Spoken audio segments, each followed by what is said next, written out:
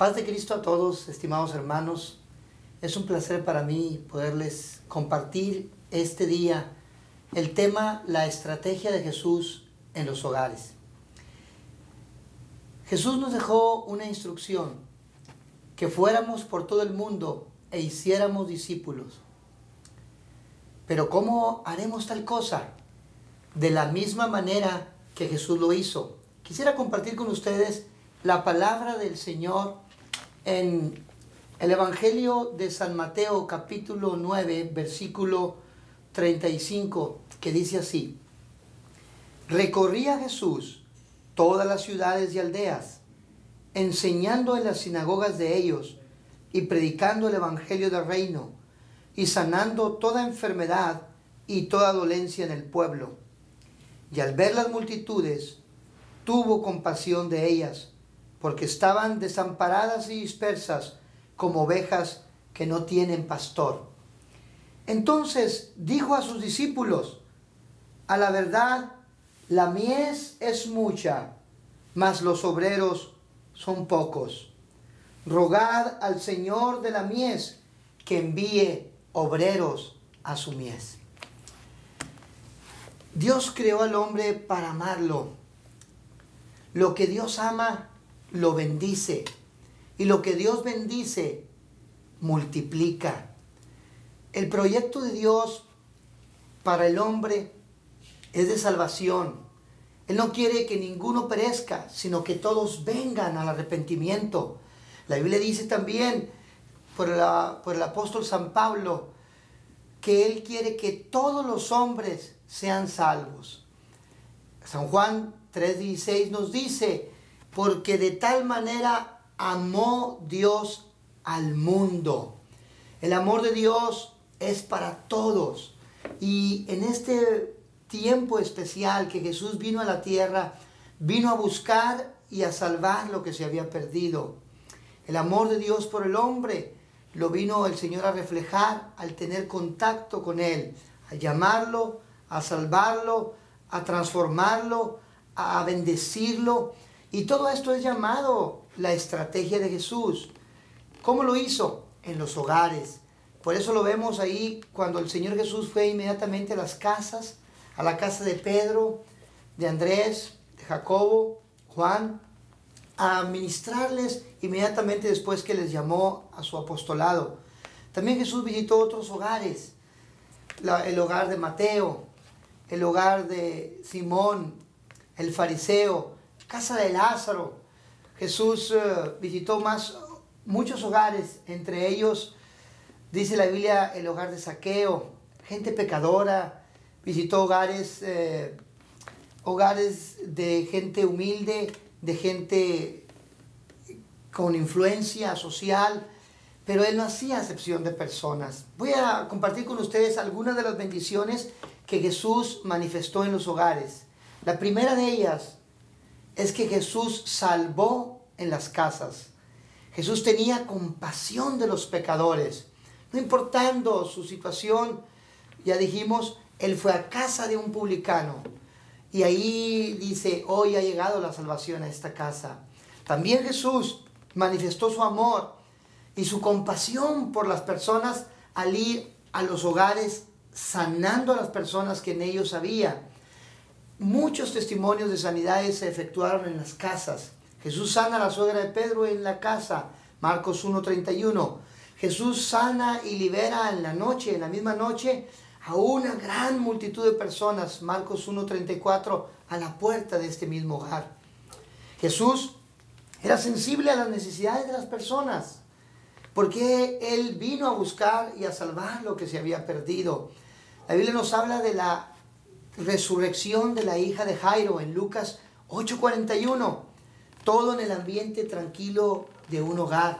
Jesús liberó a un endemoniado, y cuando éste le quería seguir, Jesús le dice: ve a los tuyos y cuéntales cuán grandes cosas ha hecho Jehová contigo y cómo tuvo de ti misericordia. Todo esto, hermanos, porque Él tenía el proyecto de bendecir la familia y el hogar. También la palabra del Señor nos enseña que Jesús fue adorado en una casa. Juan 12, 3 y 4 nos recuerda aquella experiencia y aquel acto tan hermoso de adoración cuando aquella mujer vino y vertió aquel perfume a los pies del Señor y con sus lágrimas adoró a Jesús, lavó sus pies y también con sus cabellos enjugaba y secaba los pies del Maestro. No cesaba de adorarlo y bendecirlo. Ese ambiente de oración tan hermoso se dio en un ambiente familiar. Qué tremendo es esto, porque la mayoría de los milagros que Jesús realizó, la mayoría de las obras de sanidades, las realizó Jesús en hogares donde Él pudo tener comunión íntima, relación de compañerismo y de amistad con las personas que le recibían en casa. Una maravillosa experiencia y bendición que Dios derramó también en las casas fue que Jesús manifestó su poder, Jesús manifestó su gloria. Estando Jesús en una de las casas, dice, y el poder de Dios estaba en él para sanar. Y cuando bajaron aquel paralítico, entonces Jesús dijo a la multitud que estaba en la casa, que es más fácil decir a este paralítico, hijo, tus pecados te son perdonados, o decirle, levántate, toma tu lecho y vete a tu casa. El Señor manifestó su gloria y su poder en muchas ocasiones en el hogar, en la familia. Y hoy lo quiere hacer Jesús. Esto es lo que se había perdido, pero estamos regresando a los hogares para recuperar lo que hemos descuidado por un tiempo, y ahora en este periodo del tiempo de Dios para nuestra asamblea hemos decidido firmemente volver a los hogares, a ver la gloria de Dios, adorar a los hogares, convivir en los hogares, manifestar el compañerismo y el amor entre hermanos en el núcleo de una familia, de un hogar, predicar a Cristo y que las multitudes sean retenidas y salvas a través de la estrategia de Jesús en los hogares. Jesús, además de lo que he mencionado, hizo algo muy importante en las casas. Él preparaba a sus discípulos en los hogares. Él preparó a Pedro y Andrés en Marcos 1:29 en un hogar. Él formó y preparó a Mateo en su propia casa, usándolo como un centro evangelístico para convidar a los amigos de Mateo, publicanos y pecadores. Mateo 9:10. También Jesús usó el hogar, la casa, para ir a discipular a sus apóstoles. La Biblia nos enseña también en Mateo 13, cuando Jesús dio la parábola de la cizaña y la parábola del sembrador, que sus discípulos, cuando Él llegó a casa con ellos, le preguntaron aparte, en intimidad del hogar, Señor, explícanos la parábola del sembrador. Eso sucedió ahí en Mateo 13:36. Jesús los llamó discípulos para que ellos recibiesen y luego pudiesen compartir. San Juan dice, todo se los he revelado y nada les he ocultado. Los principios del reino se entienden mejor en el ambiente familiar. Los principios doctrinales de nuestra asamblea los entenderán mejor los oyentes en un ambiente familiar y cotidiano como es el hogar. Ahí Jesús les llamó para que aprendieran y ellos pudieran después enseñar, para que cuidaran y pudieran también cuidar a otros. Jesús los preparó y los ministró para que ellos ministraran poder a otros.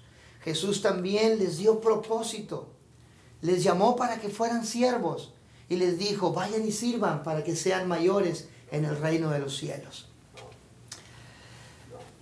Esto es maravilloso. Marcos nos dice que Jesús llamó a discípulos. Mateo 9 dice que oró por más obreros, porque Jesús no pudo hacerlo solo. Dice la Biblia, al ver las multitudes, tuvo compasión de ellas, porque los miró desamparados y dispersos, como ovejas que no tienen pastor.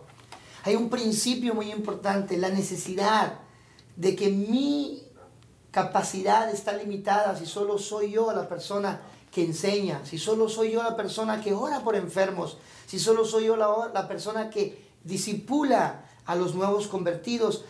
La capacidad de crecimiento y retención se limita a una persona nada más. Por eso Jesús desde el principio estableció las normas de su reino que dicen: os he llamado para que seáis pescadores de hombres. O rogar al Señor de la mies que envíe obreros a su mies. Principio importante, hermano, es este: si Jesús no pudo solo, tampoco yo puedo solo.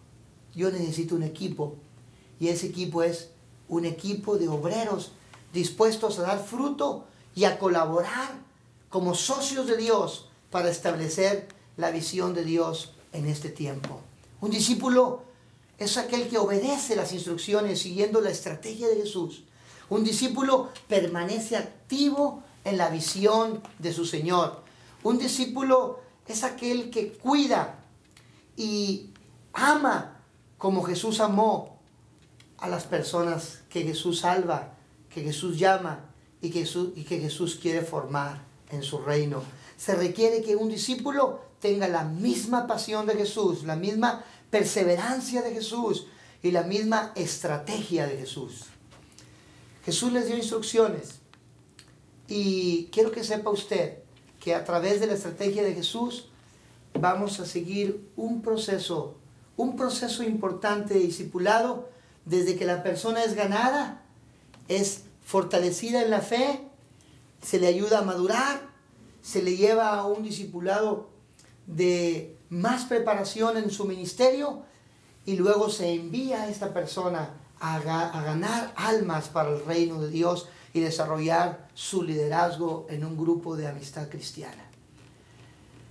Es importante que si Jesús dio instrucciones en la estrategia cuando Él envió en la misión a los 12 y cuando envió a los 70, nosotros también capacitemos a nuestros hermanos y miembros de los grupos de amistad para que también ellos desarrollen las funciones y las tareas de un discípulo del Señor. ¿Qué pasa cuando se involucran más hermanos? Hay resultados, hay crecimiento en la obra del Señor.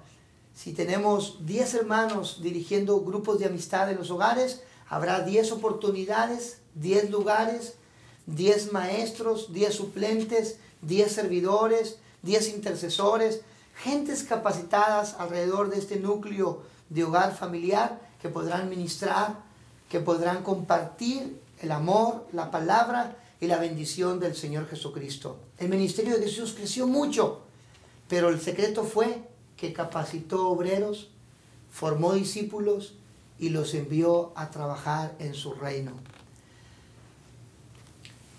Esta fue la razón más importante por la cual el desarrollo y el trabajo de Jesús tuvo éxito. Así nos dice la palabra, que cuando envió los 12 vinieron multitudes, envió los 70 y muchas más personas fueron alcanzadas por el reino del Señor. Hay un último elemento que yo quiero compartir con ustedes. El crecimiento se proyecta. El crecimiento de Jesús no fue un crecimiento espontáneo. El crecimiento de Jesús fue un crecimiento dirigido, un crecimiento provocado. Nosotros estamos dispuestos hoy a hacer realidad el deseo del Señor. Dios desea que su iglesia crezca. Él ama las grandes cosechas. Él dijo: a la verdad la mies es mucha. Al Señor le gustan las pescas grandes. Al Señor le gusta que usted y yo entendamos sus negocios, y que los negocios de Él son para producir y para crecer. Él quiere que todos los hombres sean salvos y que ninguno perezca. Ojalá y en el día de hoy usted pueda recibir esta pasión, pueda recibir este compromiso, pueda sentir ese llamado a seguir practicando la estrategia de Jesús, y usted pueda implementarlo con gusto y con fe en su iglesia, en su hogar, en su familia, Para finalizar, la Biblia dice también que los obreros que colaboraron con Cristo lo hicieron fielmente y lo obedecieron. También dice la palabra que la primera iglesia que nació siguió el mismo modelo de Jesús, la misma estrategia de Jesús. Y los discípulos perseveraron ahí en Hechos 2, perseveraron en la doctrina de los apóstoles, en la comunión unos con otros, en el partimiento del pan y en las oraciones. Eso nos dice que la estrategia de Jesús la captaron bien sus apóstoles y la pudieron practicar.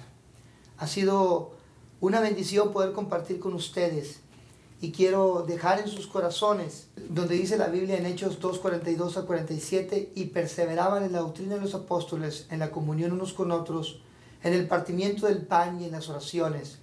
Y sobrevino temor a toda persona, y muchas maravillas y señales eran hechas por los apóstoles. Dice la Biblia que crecían y tenían favor con todo el pueblo, y el Señor añadía cada día a la iglesia los que habían de ser salvos. Viene un gran crecimiento a nuestra asamblea, viene una gran cosecha, y es a través de los grupos de amistad que tendremos nosotros las redes listas y las barcas listas para recibir las multitudes que Dios nos va a conceder alcanzar en esta hora. Dios les bendiga, Dios les prospere. Éxito en la estrategia de Jesús.